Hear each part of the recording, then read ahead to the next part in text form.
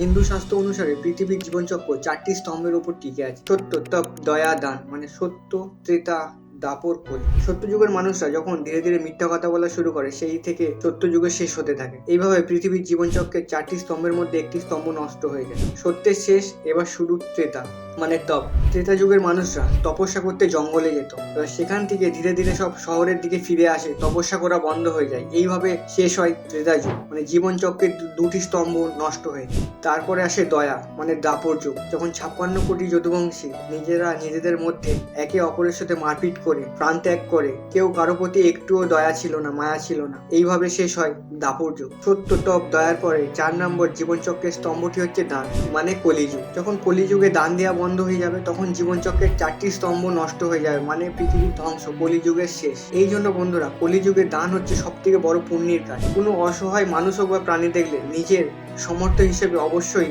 দান করবেন। আর দেখবেন এই দানের পূর্ণ ফলস্বরূপ আপনারা স্বয়ং ভগবানের ভালোবাসা পাবেন।